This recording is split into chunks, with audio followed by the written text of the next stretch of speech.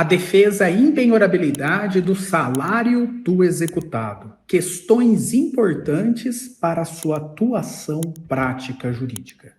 Seja muito bem-vindo à nossa lição prática jurídica do dia, a lição de número 59, de um total de 365. Diariamente, neste canal, eu apresento um conteúdo jurídico voltado à defesa do executado. Como obter sucesso na defesa do executado. Também apresento lições práticas jurídicas voltadas a como vencer o processo de conhecimento. Hoje vamos falar do processo de execução. Vamos falar especificamente de uma importante matéria de defesa que pode ser apresentado pelo executado nas ações de execução por quantia certa. Refiro-me à impenhorabilidade do salário. Muito bem, via de regra, a impenhorabilidade do salário é apresentada como meio de defesa através da impugnação ao bloqueio cisbajude. Por que isso? Porque, na grande maioria das vezes, na prática jurídica, o exequente vai pedir, logo no início da execução, que a tentativa de penhora recaia sobre ativos financeiros pertencentes ao executado.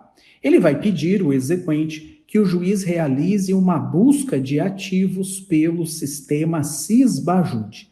E uma vez bloqueado o ativo financeiro de propriedade do executado, pertencente a alguma movimentação bancária em alguma instituição financeira, esse valor bloqueado pode ser convertido em penhora. O que acontece quando o juiz determina o bloqueio cisbajude e o bloqueio cisbajude vai lá e apreende um numerário, uma quantia, um dinheiro em algum ativo financeiro do executado?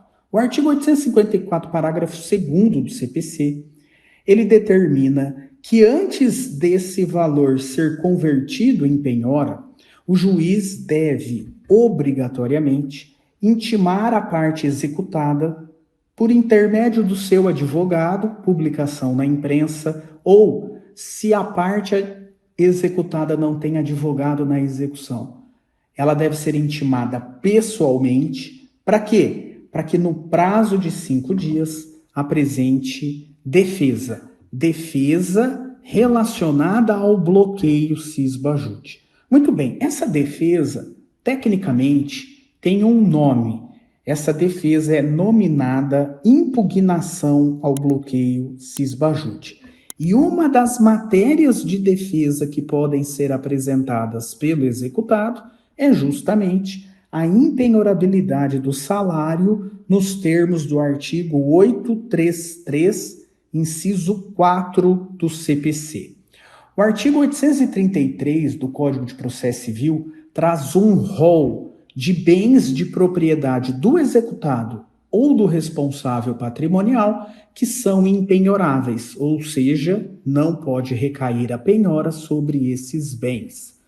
Uma das previsões de impenhorabilidade, a que está no inciso 4, diz que são impenhoráveis os vencimentos, subsídios, soldos, salários, remunerações, proventos de aposentadoria, pensões, pecúlios, montepios, quantias recebidas por liberalidade de terceiros e destinada ao sustento do devedor e de sua família, ganhos de trabalhador autônomo e os honorários de profissionais liberais, ressalvada a hipótese do parágrafo 2º. Esse parágrafo 2º excepciona duas hipóteses em que é possível a penhora do salário. A primeira hipótese é em relação a uma dívida exequenda que decorra de prestação alimentícia, independentemente aqui da origem. E a outra é quando o salário, do executado excede a 50 salários mínimos.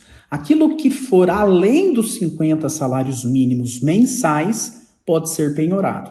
O que é inferior, em regra, não se penhora. Muito bem. Todas essas, todos esses ganhos, né, mencionados no inciso 5 são destinados ao sustento do devedor e da sua família. O artigo diz assim: vencimentos, remuneração paga ao servidor público pelo exercício do seu cargo. Subsídios, remunerações dos membros de poderes. Soldos, remunerações dos militares. Salários, remuneração advinda de uma relação trabalhista. Remunerações relacionadas a ganhos de profissionais autônomos, honorários dos profissionais liberais, proventos de aposentadoria, pensões, mesadas, contrato de constituição de rendas, enfim, todas essas verbas que são destinadas como fonte de subsistência da família do executado são, em regra, impenhoráveis até o valor de 50 salários mínimos. E olha só, a jurisprudência do STJ é muito tranquila nesse sentido.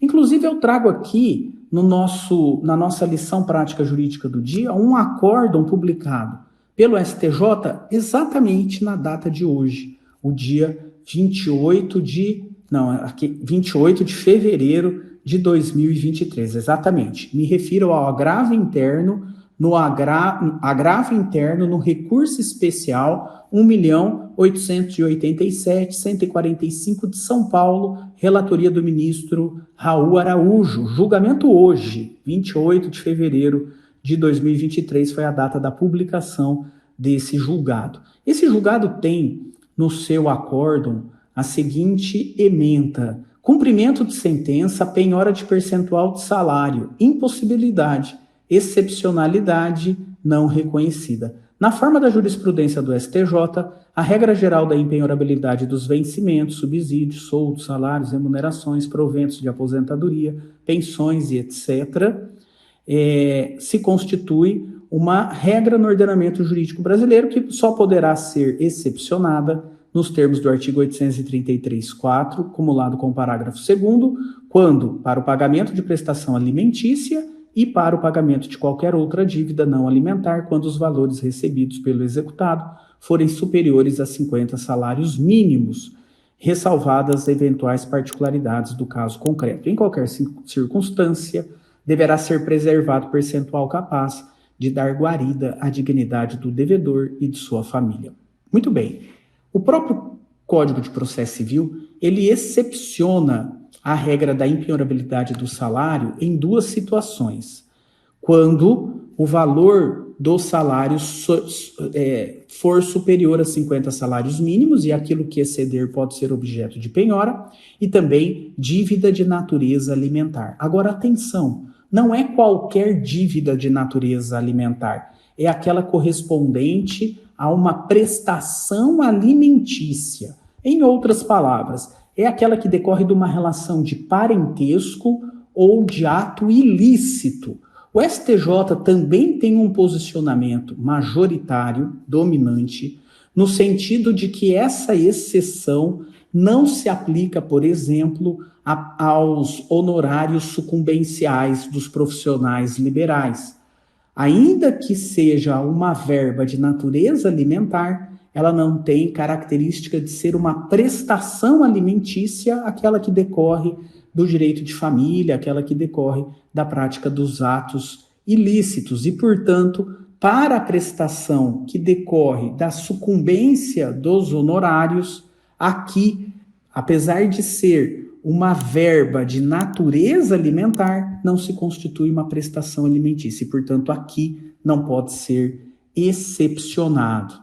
Aqui eu trago um acórdão nesse sentido, que trata justamente desta questão. A Corte Especial do STJ, no julgamento do RESP 1.815.055, fixou o entendimento de que a exceção à impenhorabilidade prevista no parágrafo 2º do artigo 833 do CPC não abarca créditos relativos a honorários advocatícios, porquanto não estão abrangidos pelo conceito de prestação alimentícia.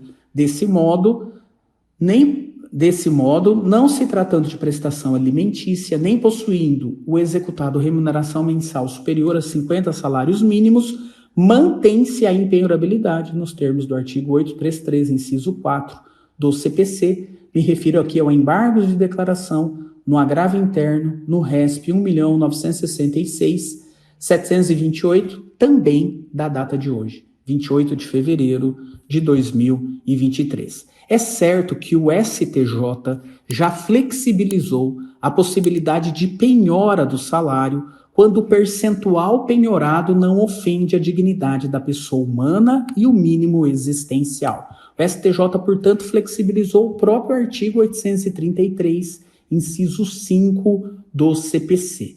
Mas veja, essa exceção, né, essa flexibilização trazida pelo STJ, ela só é possível quando o salário é penhorado em parte e essa parte penhorada não compromete o mínimo existencial, a dignidade da pessoa humana, do executado e do seu núcleo familiar. Na prática jurídica, como você, advogado do executado, tem que apresentar essa defesa para que ela seja acolhida pelo juiz? Primeiro, você tem que provar que aquilo que foi bloqueado pelo Cisbajude é salário do executado.